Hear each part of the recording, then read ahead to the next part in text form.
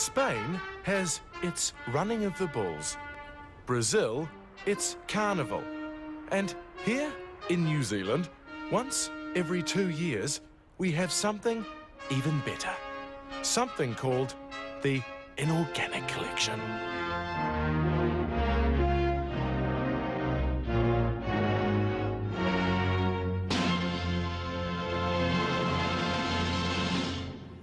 It's evidence of our insatiable desire to consume and then discard. It's evidence of something that's always been with us from the Big Bang to Big Wednesday. Something called greed.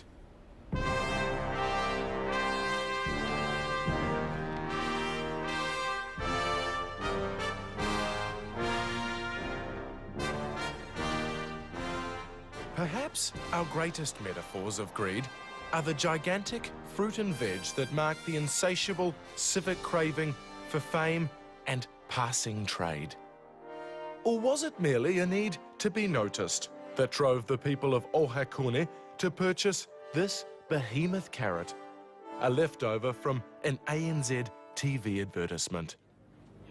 It's a big day, not to mention a big carrot, for Ohakune. After 2 years of planning, the town is finally getting its giant vegetable. Greed was also behind the country's largest hot dog, unveiled in Mosgiel in 1984.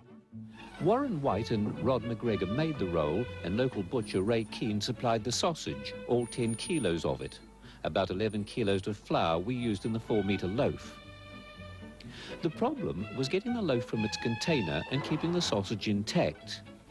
However, once that was sorted out, the hot dog was on its way to the Mosgiel Trades Fair. There it was ceremoniously delivered to the stage, where it went on sale to raise money for the Mosgiel Lions Centennial Project.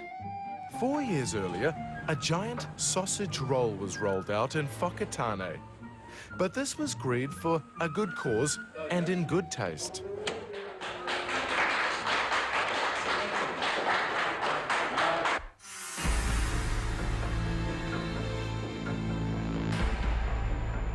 Sadly, sometimes good old-fashioned greed turns to gluttony. And in recent years, speed-eating competitions have become a national obsession, with those who can eat the fastest being treated like greedy gods. Watch the man in green. 6 down in 10 seconds. The champion.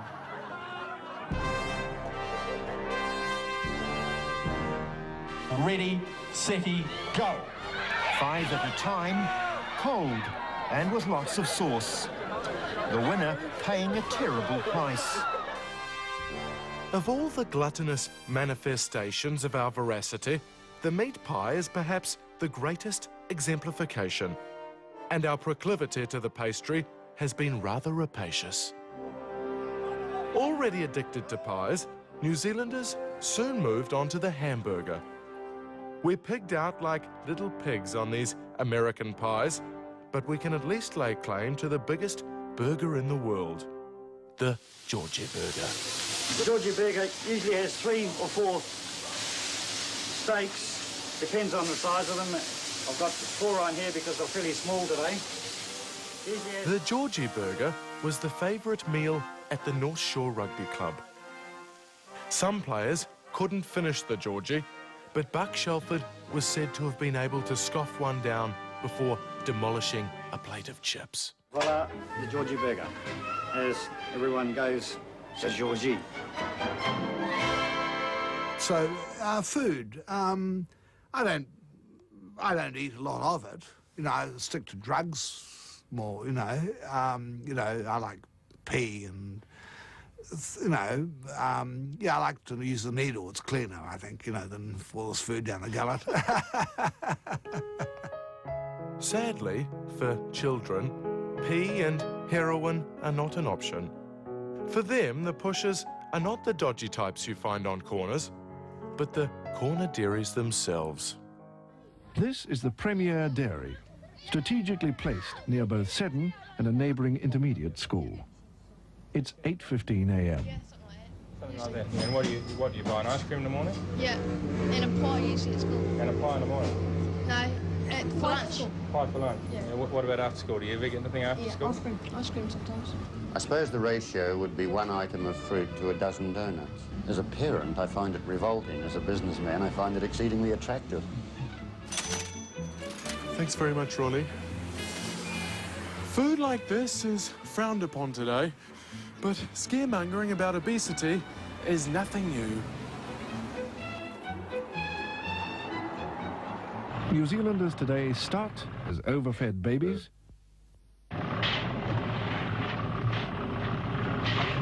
They develop into greedy, sweet-toothed infants.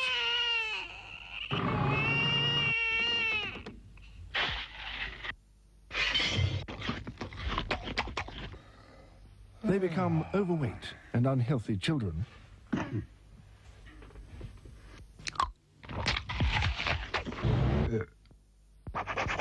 And after maturing into suitably obese adults, they die at an early age. The outlook, I'm afraid, is just a bit bleak. While our national anthem may have changed, this remarkable documentary from 1976 clearly illustrates that our obsession with alarmist obesity propaganda has been pumping through our clogged arteries for quite some time.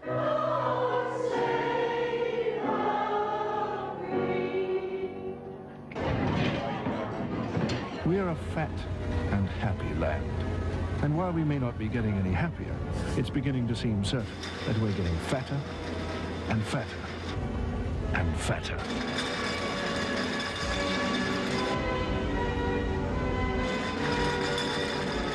I'm bloody sure when Captain Cook arrived here, and he had a lot of contact with Maoris, I bet he never saw any fat ones.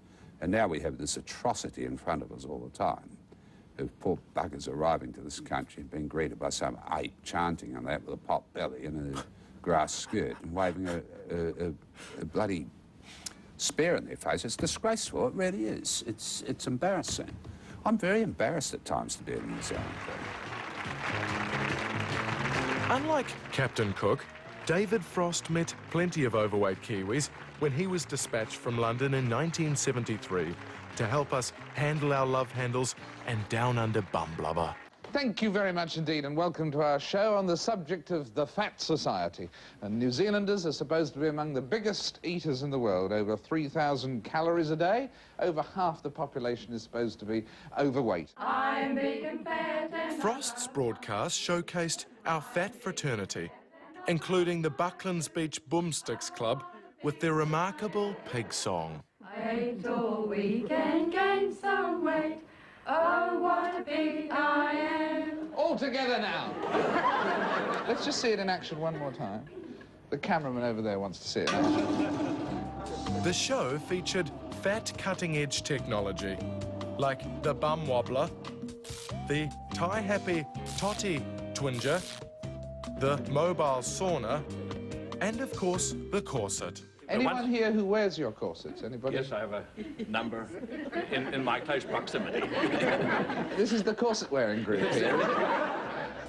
But as is often the case, the best treatment of all was good old-fashioned common sense. Basically, there are 3 ways to lose weight. One is keep your mouth shut for longer.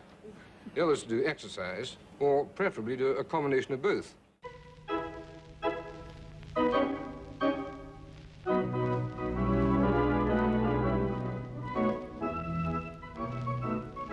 Greed was also a popular subject for our early animators, who took to the topic with relish.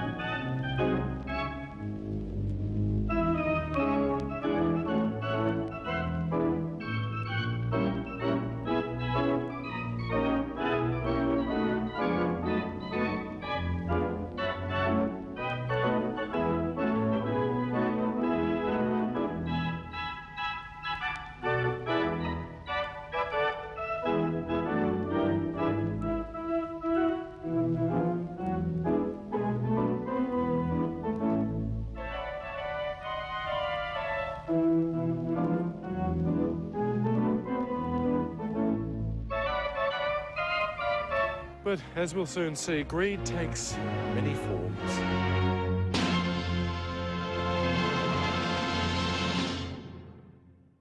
And now, ladies and gentlemen, they know what they are. We have a treat in store for you. Oh, she can have the top off my egg anytime. he's smooth. He's got your husband's mouth. Yeah, but he's got his father's eyes. The Benny Hill Show, Wednesday at 8 p.m. on Comedy Central. $54,000 worth of secret sound on the line. It's your chance to get closer to $1 million. Radio stations, ever greedy for publicity and ratings, have always been quick to exploit their listeners, ever greedy for prizes and for accolades. Day 12, and 8 bodies huddle in misery against the cold and rain. New Zealanders, it seems, will do anything in the name of frequency modulation. Well, I really need money. I'm quite far in debt. Whether it be living on a billboard for yonks. They say misery loves company, or I think insanity does as well. Got 6 wacky people up here. Demolishing a cake in search of a diamond ring. I was thinking, don't let yourself down. Don't get excited. I get it, yeah.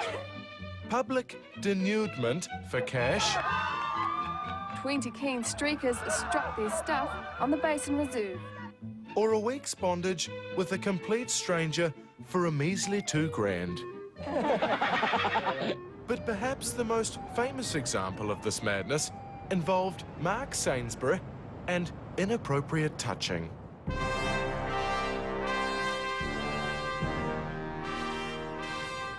The year was 1991. The country was in the grip of a recession, and the disenfranchised would do almost anything to acquire a status symbol, even a humble Honda City. I'm sorry, I just feel a bit faint. The laying on of hands became a cruel contest of will. When these people competed for a car by keeping their hands on it for nigh on a week. Kick it back. Come on. Breathing, mate. Breathe, mate. Breathe, mate. Come on. Suck it in. Suck it in.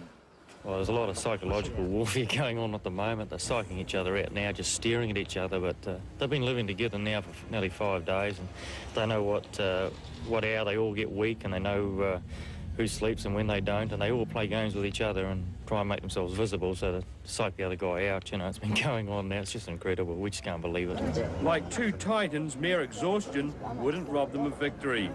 Then finally, inexplicably, 113 hours after starting, Pat inadvertently lifted his hand. Judith had won. Not that she knew it. Stay there. Stop freaking me out. Hey, listen to me. Stay there. Just where we are. It's all right. It's all right. As a hero of athletics, he's gone. There could be more superstars on the way. Yeah, she's okay now. It's okay. That's it. Judy, that's it. We won. We won. You've done it. You've done it. We can go home and go to bed now. You can get some sleep. And you did it. You stuck it out. You didn't quit. All right. The subject of inappropriate touching and sexual greed was also touched on in the popular 1970s sitcom Dr. Rangi.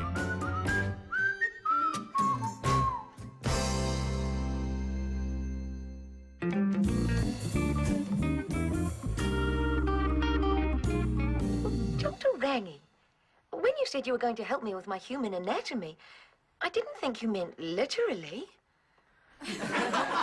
Well, Miss Betty, there's no substitute for practical experience. Dr. Rangi, can you help? Oh, I'm sorry. Is this a bad time? Actually, I'd say this is a good time. It's just that there's been an accident, Doctor. Can you come? I should do, if you don't distract me. Oh, Dr. Rangi.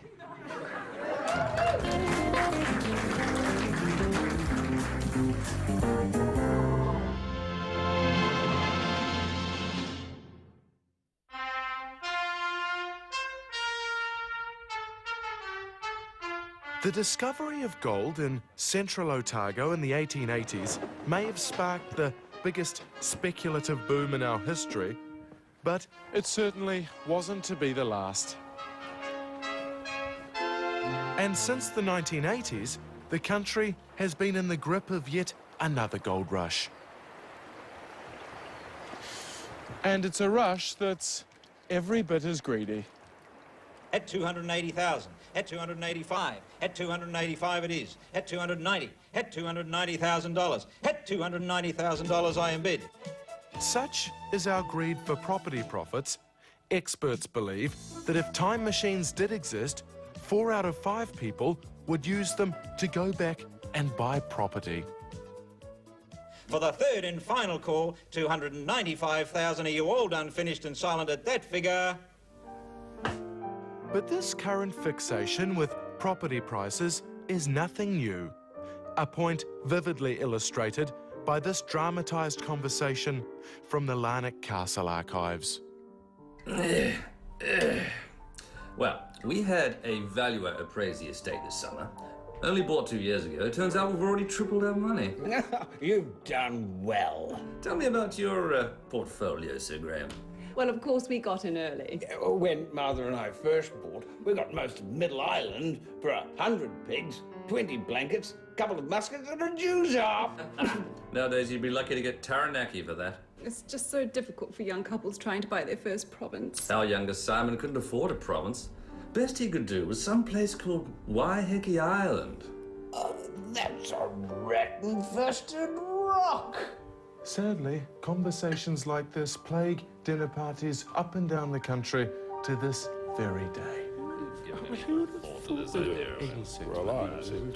More kiwi, sir. Have you ever found yourself stuck in a conversation about property prices? My friend Barry Saunders, of Waratah fame, and, well, Barry Saunders fame, always, he and I have a good joke. One of these days we're going to do a tour. It's going to be called the Bought at a Good Time Tour. We both get great humour, these people who sort of say, well, Jeremy, bought at a good time. Neither of us have bought at a good time because neither of us have bought. It just bores me, you know? Like you sit there and you go, oh, yeah, you just nod your head politely. But inside you're just going, shut up. I think as a country we've succumbed to the capitalist dream of making money without having to do anything socially productive. And I think that the greed for profit from property investing is ruining our social cohesion by driving up house prices so that young families have no hope of owning their own home. Most morality tales about greed end in ruin. But this next tale of one New Zealander's greed had a far worse ending. Humiliatingly, it ended on this wharf, when a legend known as Merv the Swerve walked straight into the unloving clutches of Holmes reporter Rod Vaughan. Mervyn Hunt suffered his 15 minutes of infamy when the Waiheke Island ferry docked in Auckland on an unseasonally warm day in September 1990. Vaughan was there to greet him. Rod Vaughan from the Holmes television program. I understand you've been on a bit of a spending spree lately.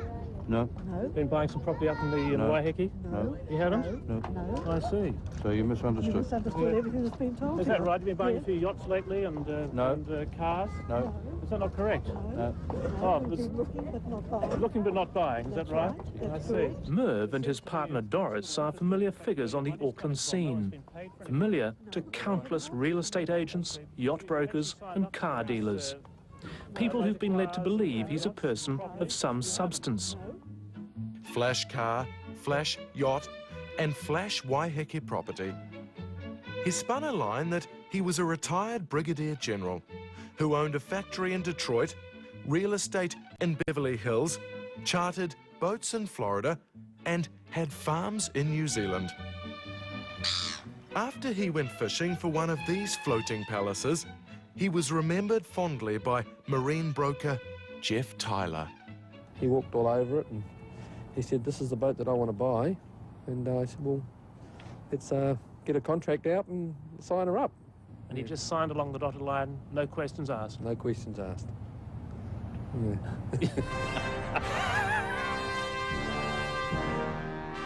Vaughan takes up the story of Merv's interest in this exclusive $3.5 million Waiheke Island hideaway.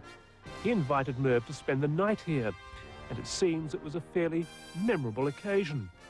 Merv took a liking to Jim Beam bourbon, and during the course of the evening consumed about a litre of it. Well, he was so hungover the next day, he couldn't sign the contract to purchase this property.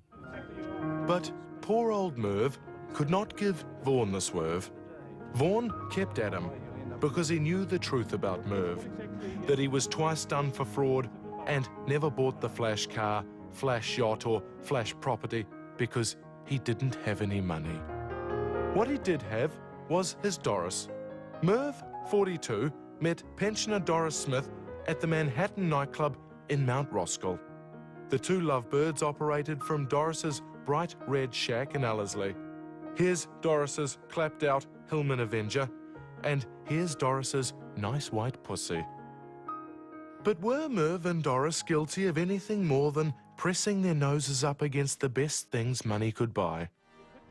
A nation watched, fascinated, as the Holmes program ran down Merv and Doris with their own clapped-out Hillman Avenger, Rod Vaughan. Well, our first donation has arrived in the studio. Of course, people bring donations in, and, well, here it is right here. Come round the back, Sean. But it was the opposite of greed that gripped the nation when Telethon hooted its way into our hearts and pockets in 1976. Rachel, would you like to present it? Thank you, Rachel. That's lovely. There it is. Our first donation. $67. Well, that's something to start with. $67 may not seem like much by today's standards. Indeed, it would not go very far in most of these average Kiwi households. And yet, $67 is enough to buy you an hour with a young woman at a suburban brothel like this. And you'd still get change for a pie and a couple of scratchies. It's a reminder that everything is for sale and everything has a buyer. Hello, darling. In this, our Aotearoa, land of greed.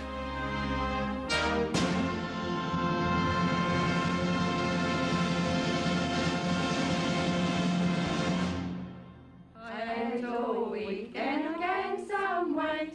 I ate all weekend, gained some weight. I ate all weekend, gained some weight. Oh, what a pig I am. All together now.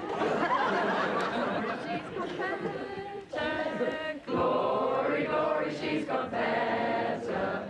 Glory, glory, she's got better. I'm so glad I'm on the outside here to swim. Now, where's the third verse? Is it down here?